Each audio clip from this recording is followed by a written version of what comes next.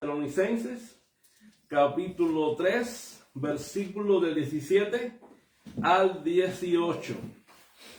El tema de hoy, vamos a hablar hoy sobre la gracia del Señor. Pero vamos a tocar un punto fundamental sobre la autenticidad de la carta. ¿Por qué? Porque Pablo habla sobre esto, ¿no? Hay un momento en el cual Pablo toca acerca de que es la autenticidad. Habían entrado falsos maestros y estos falsos maestros habían escrito una carta a nombre de Pablo, y Pablo tiene que tomar una medida rápida. Y lo vamos a ver hoy. Vamos allá. ¿Qué dice la palabra? Dice Pablo, la salutación es de ¿qué? ¿Qué dice Pablo? Es de mi propia mano, dice, de Pablo, que es el signo de toda carta mía. Dice, así escribo. Dice, la gracia de nuestro Señor Jesucristo sea con todos vosotros. Amén. Mira, Pablo empieza primeramente hablando de ¿qué? De una autenticidad. ¿Por qué razón? Porque cuando Pablo dice que la salutación es de su propia mano, dice, de mía, dice, de Pablo, está diciendo primeramente que él la está escribiendo él. Primeramente, ¿por qué? Porque está mirando que habían falsos maestros que habían entrado a la iglesia y habían enviado a la iglesia de Tesalónica una carta a nombre de Pablo. Y esta carta a nombre de Pablo iba con una enseñanza que había distorsionado a la iglesia. De hecho, esto lo podemos ver en el capítulo 2, lo vimos ya, donde estos falsos maestros mandaron esta carta distorsionando a la iglesia tesalonicense, enseñando de que ya la venida del Señor había sido ejecutada. Tanto que dice en 2 Tesalonicenses capítulo 2, verso 2, dice que no os dejéis mover, dice Pablo, fácilmente de vuestro propósito, ni os conturbéis, dice, ni por espíritu, ni por palabra, ni por carta como si fuera nuestra, en el sentido que el día del Señor está cerca. Quiere decir, hermano, que alguien había falsificado una carta, la había hecho pasar como si fuera de Pablo. Quiere decir, ¿qué pasaba en Tesalónica ahora? Había estado en alerta, estaba preocupada, tenía una situación. ¿Esta carta será de Pablo? ¿No será de Pablo? Había cierta incertidumbre. Y Pablo, para calmar esta incertidumbre, Pablo dice, pues mira, esta carta es mía. Pero aparte, la escribo de mi propia mano. La escribo que es mi propia firma. Es mi autógrafo, como toda carta mía. No hay otra carta, no hay una carta que no sea así. Entonces, es decir, lo marca como un autógrafo, como un notario. Si vamos a ver, fíjate, si miramos toda la carta de Pablo, vemos que todas las cartas de Pablo tienen, ¿qué? Una señal evidente. Pablo marca sus cartas como que son de él. ¿Y qué pasaba en el tiempo de Pablo? Pablo tenía una característica. En el tiempo de Pablo, las cartas eran escritas por otra persona, pero firmadas por quien la escribía. ¿Y que por qué tenía que ser esto? Tenía que ser primeramente en el caso de Pablo, porque todos sabemos que Pablo mismo habla en Corintios de que él tenía un aguijón en su carne. Es decir, él no podía escribir bien. ¿Por qué razón? Porque tenía una situación en su vista. Y como tenía una situación en su vista, eso le impedía escribir con claridad. Si vamos rápidamente a Romanos capítulo 16, verso 22, ¿qué dice la Escritura?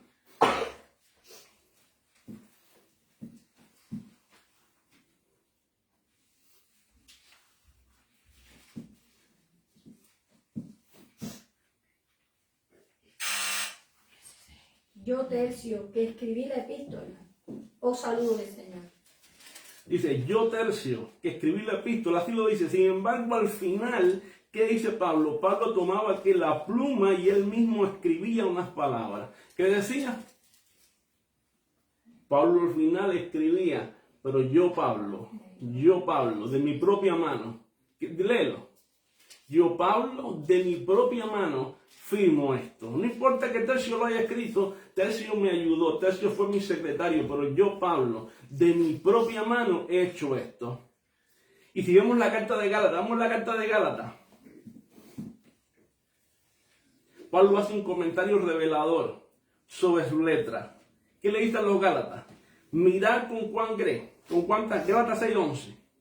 Gálatas 6:11.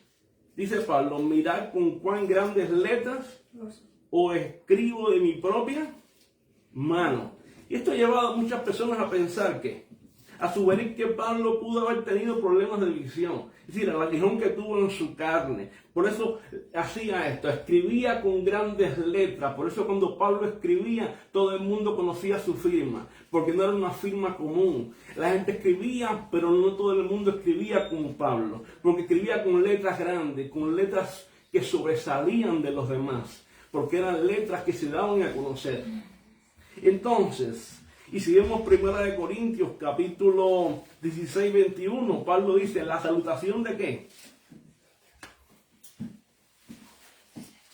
Yo, Pablo, os escribo esta salutación de mi propia mano. De mi propia mano. Pablo dejaba ya la autenticidad de que las epístolas eran de su propia mano. ¿Por qué? Porque habían evidencias ¿de qué? De que sus epístolas podían ser falsificadas. De hecho, en Corintio había situaciones en las cuales los falsos maestros querían también quitar la autoridad del ministerio apostólico. Ahora, vamos allá. Hermano, vivimos en un tiempo tremendo. Y esto nos muestra algo a nosotros. Primeramente, la autoridad de las Escrituras. Porque Pablo estaba preocupado por algo. Pablo estaba preocupado por la pureza de la enseñanza. Cuando Pablo pone aquí, esta carta fue escrita por mí. Esta carta fue firmada por mí. Fue escrita en mi propia mano. Estaba preocupado por la autoridad de las Escrituras. Porque solamente los apóstoles estaban recibiendo, ¿qué? Revelación divina. Solamente los apóstoles tenían revelación de Dios para establecer el fundamento. Solamente los apóstoles tenían revelación de Dios para marcar la doctrina dada por Cristo. Y Pablo estaba diciendo ahora, yo estoy teniendo cuidado, ¿para qué? Para que la revelación salga con pureza, para que la doctrina salga como es. Para que ustedes sepan que esto realmente viene de Dios a través de mí. Mira, hermano, eso mismo tenemos que entenderlo hoy. Que nosotros tenemos la palabra profética más segura a la cual tenemos que estar atentos. Porque hoy tal vez no se va a falsificar una epístola, pero hoy tenemos muchos mensajes distorsionados. Hoy tenemos muchos mensajes a través de las redes sociales que se están distorsionando, se están desdiversando, y tenemos que entender que nosotros tenemos una verdad, que es la Escritura como señal, y todo lo que se salga de la Escritura tenemos que cuestionarlo, tenemos que medirlo, porque Dios nos dejó la palabra profética más segura para que estemos atentos a ella. Pablo tenía preocupación por esto. Pablo tenía verdaderamente una preocupación clara. Y nosotros como iglesia tenemos que estar preocupados por cómo estamos usando la Escritura. Porque la palabra dice que toda Escritura, ¿qué es? Inspirada por Dios. ¿Y útil para qué? Para enseñar, para corregir, para redarguir, para instruir en justicia, a fin de que el hombre de Dios sea enteramente preparado para toda buena obra. En otras palabras, nosotros, así como Pablo, tenemos también que estar apercibidos, seguros, que hoy en día tú y yo tenemos la palabra profética más segura, y por eso tenemos que estar atentos a ella como una antorcha encendida, una antorcha encendida en este lugar oscuro en el cual vivimos. Tenemos que estar así. Si vamos ahí a 2 de Pedro, capítulo 1, verso 20, el apóstol Pedro nos deja algo categórico a nosotros.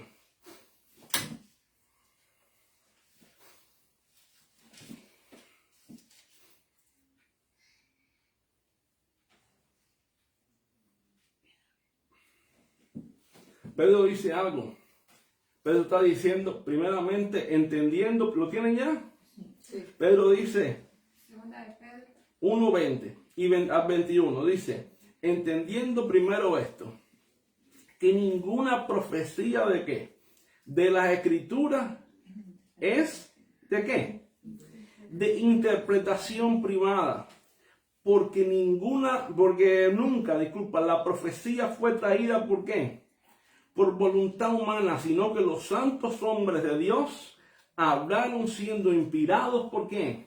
Por el Espíritu Santo. ¿Qué estaba pasando en Tesalónica? Habían personas que estaban viniendo ¿con qué? Con falsas profecías, con una carta falsa diciendo que era del apóstol Pablo. Ahora, ¿qué está haciendo Pedro aquí? Mira, hermano, primero que dice, ninguna profecía de la Escritura es de interpretación privada. Los santos hombres de Dios hablaron siendo inspirados por el Espíritu Santo. No fue emoción, no fue de su mente, no fue de su corazón, fue por revelación de Dios. La palabra que tú y yo tenemos es una palabra por revelación del Espíritu. Es una palabra dada por Dios. Es una palabra en la cual tenemos que cuidar. Por eso hoy en día no hay profeta. Por eso hoy en día no hay profetas. Por eso hoy en día tú y yo tenemos una palabra segura, una palabra firme. El canon está cerrado. La palabra está segura. Tenemos una palabra que nos traza el camino. Nos traza el camino. ¿Entiendes? Y tú y yo tenemos que entender esto. Hay una autenticidad bíblica. Hay una autenticidad bíblica. Yo quiero que tú vayas conmigo. Ahí, al libro de Daniel. Vamos conmigo, al libro de Daniel. Acá está mi hermana Francisca. Ahí está. Para no irme de aquí, que necesito esto. Al libro de Daniel. Capítulo 9. Daniel capítulo 9. Vamos a leerlo desde el versículo 24 en adelante. Dice la Escritura, 70 semanas están determinadas sobre tu pueblo, ¿sí o no? Sobre tu santa ciudad. ¿Para terminar qué?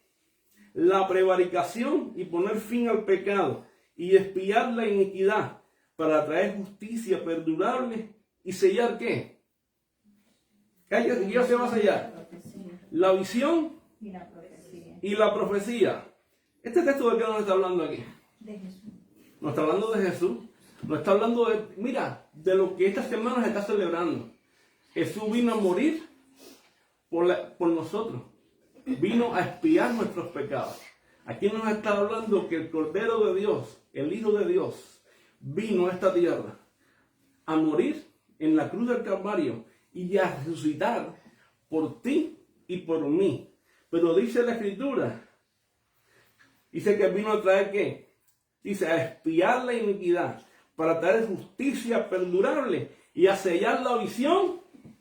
¿Y qué? ¿Y qué más? Y la profecía, hermano, tú y yo tenemos hoy la palabra profética más segura. La visión se selló. El canon está cerrado. La iglesia no hizo el canon, la iglesia aprobó el canon. Amén. Así que tenemos que tener cuidado. Hay un peligro con las falsas enseñanzas, con las falsas enseñanzas modernas. Y tenemos que entender esto. Amén. Así que téngalo claro, téngalo preciso, siempre en su mente. En este tiempo que vivimos, que hay muchas corrientes. El internet anda por todos los lados. El online anda por donde quiera. Todo el mundo ya hace como, por todos lados. Así que hoy tenemos que estar concisos y precisos. Yo quiero que usted vaya rápido conmigo al verso 18. Pablo hace un sello característico. Vamos allá. Este mensaje es de la segunda parte de la semana pasada. Quiere decir que por eso lo dividí en dos partes. El verso 18. Pablo. De Pedro. No, ahora seguimos en el mensaje de la semana pasada. Segunda Tesalonicenses 3. Segunda Tesalonicenses capítulo 3, verso 18. Pablo dice ahora, la gracia de nuestro Señor Jesucristo sea con todos vosotros. Amén. Quiere decir, Pablo pone un sello a esto. ¿Con qué sella Pablo? Pablo sella con la gracia. Pablo no sella con legalismo. Pablo no sella con no. Pablo sella con la gracia. Hermano, el alfabeto de la vida. Lo esencial de la vida cristiana es la gracia. La gracia es la esencia de nuestra vida. Y si miramos todas las cartas de Pablo terminan con una mención de la gracia de Dios. Todas. No hay una carta de Pablo que no termine con la gracia de Dios. Si tú miras desde Romanos hasta Filemón, el apóstol Pablo, cada vez que se despide, ¿cómo se despide? Se despide con la gracia de Dios. Y esto nos dice algo a nosotros. ¿Qué nos dice a nosotros? Que Pablo cada vez que habla de doctrina tiene que tocar la gracia. Cada vez que habla de un punto tiene que tocar la gracia. Y tú y yo tenemos que entender que si nuestra vida camina bien, tenemos que saber que lo esencial en nosotros es la gracia. Es la gracia. Es imposible que un cristiano no entienda que en su vida todo lo que ocurre por gracia. Todo. Cada vez que Pablo comienza y termina toda su carta, lo comienza y termina por gracia. Quiere decir que todo lo que todo lo que hay en medio de nuestra vida, la corrección, la doctrina, la disciplina, todo lo que Pablo enseñó en Tesalonicenses, al final viene y dice, pero hay gracia. Hay gracia. Hay gracia. Hay gracia. Vamos a mirar un recorrido por las cartas de Pablo. Vamos allá. Yo creo que tú veas Romanos 16:20. ¿Qué dice Pablo en Romanos 16:20? Dice Pablo en Romanos 16:20. Esto es un sello de Pablo. Dice Romanos 16:20, dice, la gracia de nuestro Señor Jesucristo sea con quién. Con vosotros. Con vosotros. ¿Qué cosa es la gracia? Es un favor inmerecido. Tú y yo no merecemos gracia. Tú y yo no merecemos el favor de Dios. Pero Dios en su infinita misericordia nos otorga su gracia inmerecida. Si vamos a 1 Corintios 16:23, ¿qué dice la Escritura? La gracia del Señor Jesucristo sea con vosotros. Sigue Pablo de nuevo en Romanos, en Corintios, la gracia sea con vosotros. Si vamos a 2 Corintios 13:14, Pablo amplía la gracia. ¿Qué dice Pablo?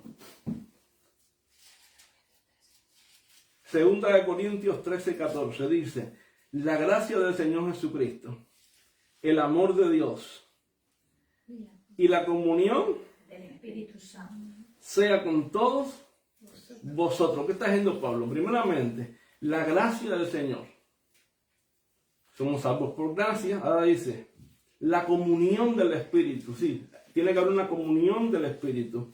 Dice, y el amor de Dios. Dice, sea con todos vosotros. Ahora, si vamos a Gálatas 6:18, ¿qué dice? Hermanos, la gracia de nuestro Señor Jesucristo sea con vuestro espíritu. Si vamos a Efesios 6:24, dice, la gracia sea con todos los que aman a nuestro Señor. ¿Con quién es la gracia? ¿Con todos? No, con los que aman a nuestro Señor. La gracia, dice Pablo, es con todos los que aman a nuestro Señor. Es decir, la gracia era el mensaje esencial del apóstol Pablo. Siempre es un recorrido constante. Pablo sabía la tendencia natural nuestra. ¿Qué cosa era? El libertinaje. Tú y yo somos pecadores redimidos, pero la tendencia natural del ser humano siempre ha sido el pecado. Incluso, hermano, muchas veces nosotros nos desviamos, pero ¿sabe qué? En medio del legalismo, en medio de cualquier cosa, Pablo aplica la gracia. Porque ¿tú sabes lo que hace la gracia? Primeramente, la gracia es el favor inmerecido, es la fuente de la salvación, es el fundamento de todo edificio cristiano, es el fundamento de nuestra vida. Es aquel fundamento que en medio cuando el legalismo se levanta, la gracia lo derriba. ¿Qué hace el legalismo? El legalismo es aquella persona, el legalista es aquella persona que dice, tengo que portarme muy bien para ganar el favor de Dios. Y si me porto mal, viene el juicio de Dios sobre mi vida. Ese es el legalista. ¿Y qué dice la gracia? La gracia dice, no es por tus méritos, no es por tus obras, es por gracia. Y no quiere decir que tú tengas que vivir en santidad. No es que no tengas que vivir apartado para Dios. Hay que vivir en santidad y apartado para Dios. Pero si tú piensas que es por tus obras, si piensas que es por tus méritos, si piensas que es por lo mucho que nos esforcemos, de nada te vale. Es legalismo igual. ¿Me explico? El legalista dice, tengo que orar 3 horas, 4 horas diarias para alcanzar el favor de Dios. Si tengo un nombre, leo 5 capítulos de la Biblia, estoy mal delante de Dios. No, hermano. usted ore. Pero no quiere decir que si no ora 5 horas está mal. Usted puede orar 1 hora, media hora, 2 horas. Pero eso no implica que usted no tiene que orar 5 horas diarias. ¿Me explico? Porque la oración no es por legalismo, es por relación. El estudio de la palabra no es por legalismo, es porque usted tiene que crecer en el conocimiento de ella. Eso es así. Entonces, hermano, la gracia es el fundamento cristiano. Tú y yo somos salvos, ¿por qué? Porque somos salvos. Por gracia, Efesios capítulo 2, versículo 8 y 9, que dice, porque por gracia, ¿qué? Sois salvos. ¿Por medio de qué? De la fe.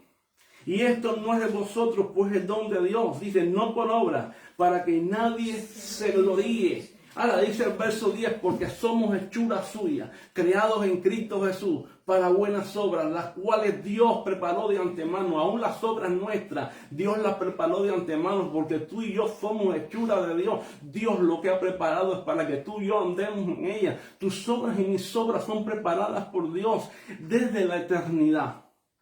Por eso no son ni méritos nuestros. Son predestinadas por Dios, hechas por Dios para que tú y yo andemos por ellas, por gracia.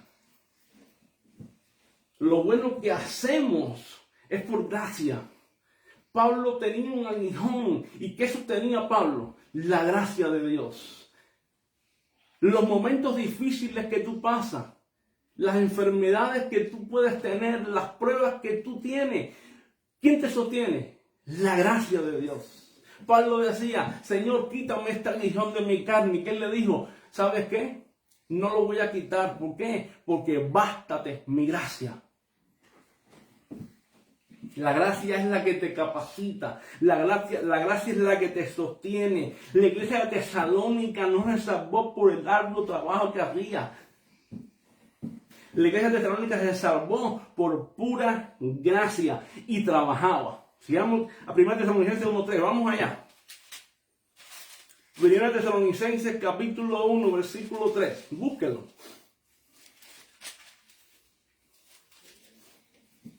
¿Qué dice?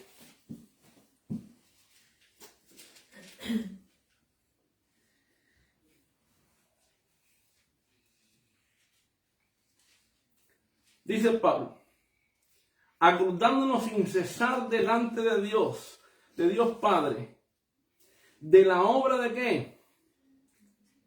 De la obra de vuestra fe y del trabajo, dice, de vuestro amor y de vuestra constancia en la esperanza en nuestro Señor Jesucristo. ¿Trabajaba o no trabajaba? ¿Era firme o no era firme? ¿Qué dice el verso 4? Porque conocemos, hermanos amados, de Dios, de vuestra elección. Dice, pues nuestro evangelio no llegó a ustedes como, no llegó a ustedes por palabras solamente, sino llegó también con demostración, sino con hechos. Ahora, escucha, hermano. Vamos a 2 Tesalonicenses, vamos allá. Ahora, capítulo 1, versículo 4. Dice la Escritura, tanto que nosotros mismos nos gloriamos de vosotros en las iglesias de Dios por vuestra paciencia y fe en todas vuestras persecuciones y tribulaciones que soportáis. ¿Soportaba o no? ¿Era firme o no la iglesia? ¿La salvó la firmeza? ¿La salvó la constancia? ¿La salvó que trabajaba mucho? ¿Es malo trabajar? No es malo trabajar. Hay que trabajar, hay que trabajar. Hay que ser firme, hay que ser firme. Hay que esforzarse, hay que esforzarse. Hay que hacerlo, pero no es lo que te va a salvar.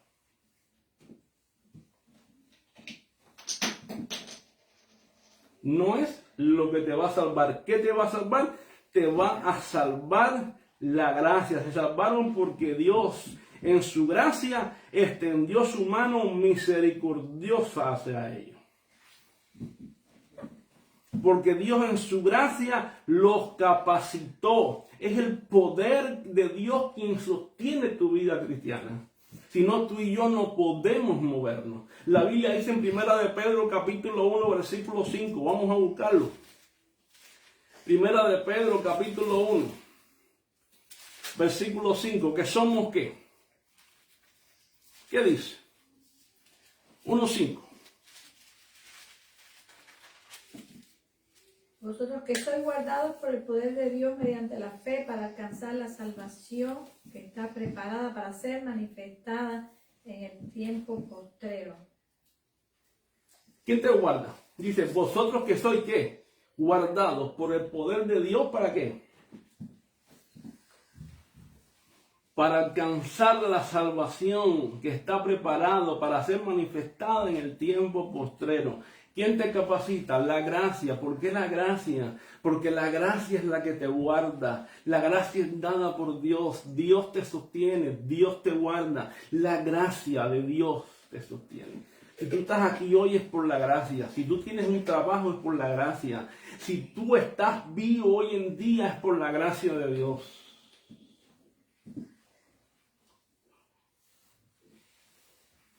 Lo menos que podemos hacer es agradecido porque su gracia ha sido con nosotros.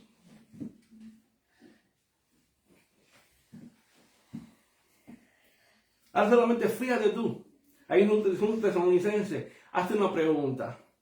Ellos tenían una situación difícil ahora.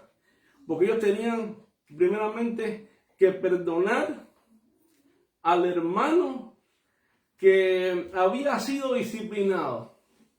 Porque no quería trabajar. ¿Y cómo lo tenían que perdonar ahora? Ellos tenían que saber que tenían que ser obedientes al llamado que solo es posible. ¿A través de qué? De la gracia. Ellos tenían que saber que tenían que tener paciencia en el Señor a pesar de las preocupaciones, a pesar de las tribulaciones y persecuciones. ¿Y cómo se puede hacer eso? La pregunta aquí es, ¿cómo usted puede perdonar a alguien a quien usted no puede resistir? ¿Cómo usted puede, a pesar de tribulaciones, pruebas, persecuciones, situaciones en su vida, ya sea en su trabajo, ya sea tanto en la iglesia, ya sea donde sea? ¿Cómo usted puede hacerlo? ¿Cómo usted puede perdonar? ¿Cómo usted puede pasar por pruebas? ¿Cómo usted puede hacer que dar pasos firmes si no tiene deseo de dar un paso firme? ¿Sabe cómo? Por gracia. La gracia usted lo capacita. Usted lo capacita. Es la gracia de Dios. Es la misma gracia que usted lo capacitó un día para responder al llamado eficaz de Dios a la salvación. Es la gracia que usted lo regeneró un día. Ese día que usted estaba muerto en delitos y pecados y usted fue a la iglesia y oyó un mensaje de salvación y el Espíritu Santo lo convenció de pecado, justicia y juicio. Esa misma gracia que lo despertó, que tocó su corazón un día. Y mira, usted dijo, ay, yo soy pecador. ¿Sabe por qué? Porque la gracia lo tocó a su vida, le tocó su vida, le tocó su corazón. Es la misma gracia que tocó el corazón de Lidia en Hechos 16:14. Es la misma gracia que tocó el corazón del carcelero de Filipo, que tuvo que decir, ¿qué tengo que hacer para ser salvo? Es la misma gracia que tuvo que tocar allí a Bartimeo, que tuvo que decirle a Jesús, yo quiero recibir la vista. Es la misma gracia que lo colocó en el camino cuando estaba en el borde del camino. La pregunta aquí hoy, ¿dónde estás tú hoy? ¿Al borde del camino o quieres estar en el camino?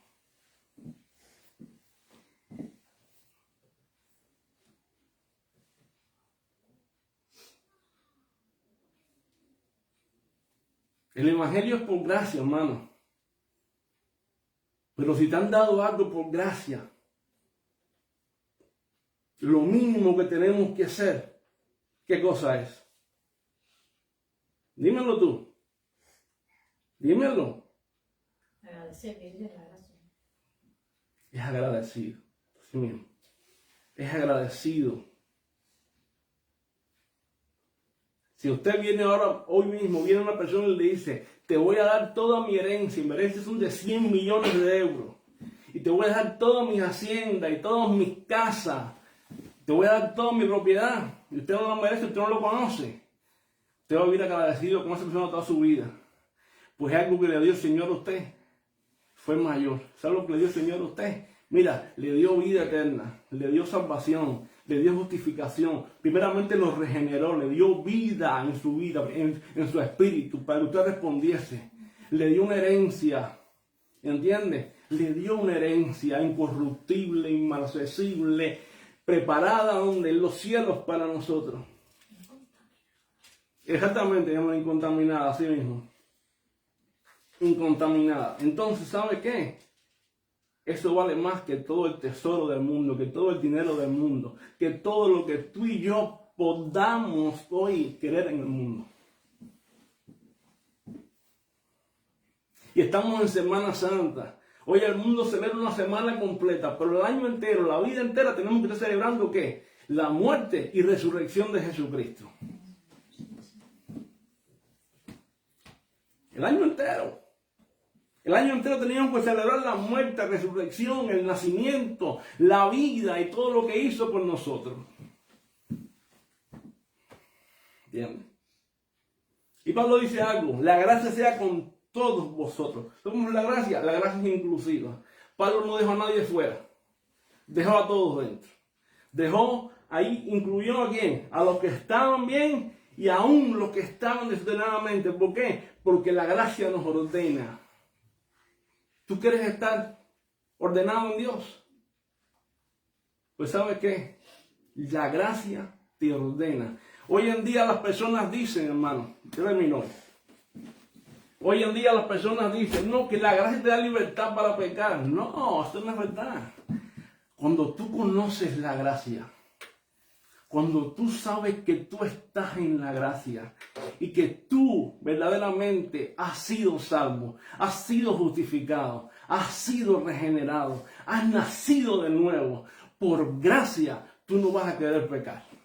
Tú vas a ser transformado, cambiado. Tú vas a querer vivir en santidad. Tú vas a querer verdaderamente servir al Señor. Tú vas a quererte separar del pecado, separarte de la inmundicia, querer vivir para Él. No que vas a ser perfecto, vas a tener luchas, pruebas, adversidades, de todo. Pero te vas a esforzar, vas a luchar, vas a batallar, vas a hacer todo. ¿Para qué? Para tratar de agradar a Dios. ¿Y quién te va a sostener? La gracia de Dios. Es la gracia de Dios lo que te va a sostener. Es la gracia de Dios la que te va a sostener. ¿Quién sostiene tu vida? ¿Quién sostiene mi vida? La gracia de Dios. La gracia de Dios que el otro día, estando en un momento determinado, en un culto online, me quedé ciego. La gracia de Dios que muchas veces me quedo ciego, aquí nadie se da cuenta. Y me quedo mirando para un punto fijo.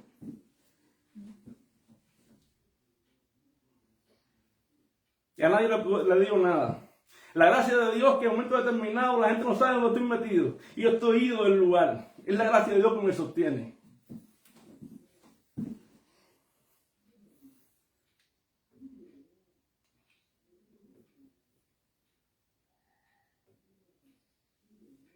Es la misma gracia que te sostiene a ti. ¿Y por qué no se da cuenta usted? Porque últimamente le he dicho a mi esposa, no digas cuando me estoy quedando en el punto fijo. No lo digas ya. No quiero que ya nadie se entere. Ya. Es la gracia la que me sostiene. Es la gracia la que me esfuerza. Es la gracia la que me ayuda. Esa gracia es la misma que está contigo.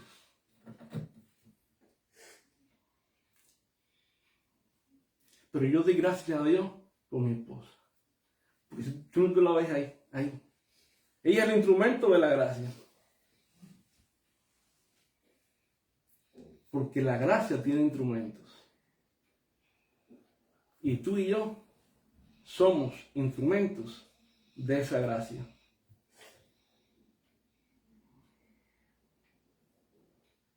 Y si queremos, podemos, voy a usar palabras que usaba antes, porque se pueden usar ahora.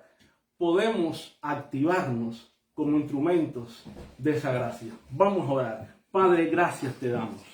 Gracias por tu amor. Gracias por enviar a Jesucristo.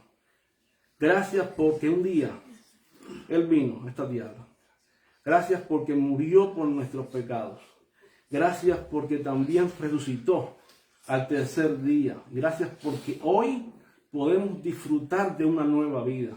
Podemos disfrutar de ser hijos tuyos, reconciliados, justificados, perdonados, sentados en lugares celestiales juntamente con Cristo. Muchas gracias. Muchas gracias que a pesar de las luchas, las pruebas, las adversidades que enfrentamos, tú estás con nosotros y nos has hecho más que vencedor. Señor, te pedimos que tú nos ayudes. Nos ayudes a vivir esta gracia, nos ayudes a ser fuertes, nos ayudes a ser sólidos en ti, arraigados y cimentados en ti. Señor, solidifícanos más en tu palabra. Que seamos, Señor, cristianos que vivan en ese fundamento de gracia y que te sirvamos, Padre, por gracia, porque por gracia hemos sido salvos.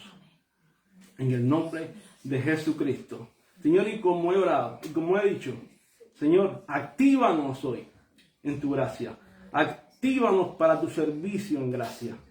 Señor, despiértanos. Despiértanos aún más. Despiértanos. En el nombre de Jesús. Amén.